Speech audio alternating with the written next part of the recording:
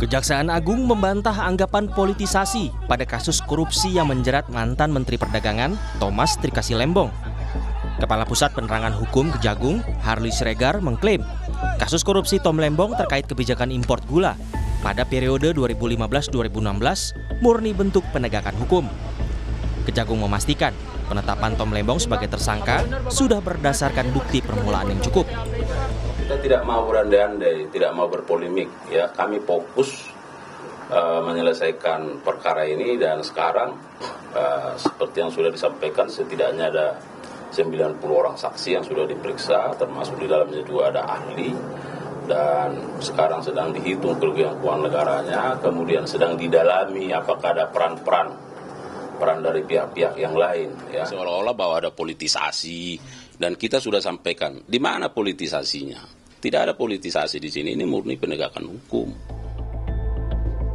Direktur Penyidikan Jaksa Agung Muda Bidang Pidana Khusus Abdul Kohar memastikan dalam perkara korupsi gula, Tom Lembong bisa dijadikan tersangka walaupun tidak ditemukan adanya aliran dana korupsi.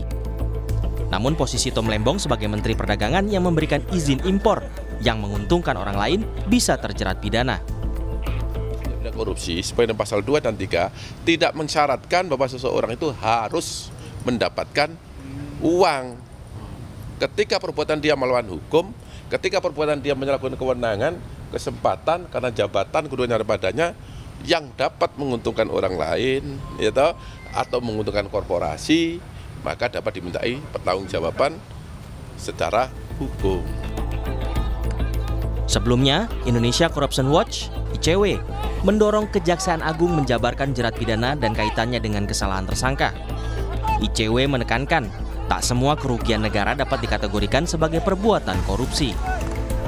Kejaksaan di sini perlu melihat juga ada impor-impor yang dilakukan pasca 2015 dan 2016, sehingga Kejaksaan di sini perlu menelusuri dugaan keterlibatan ataupun juga potensi keterlibatan dari aktor-aktor lainnya.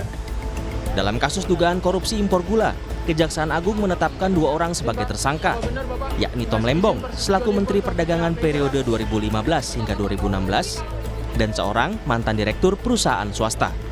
Tim Liputan, Kompas TV.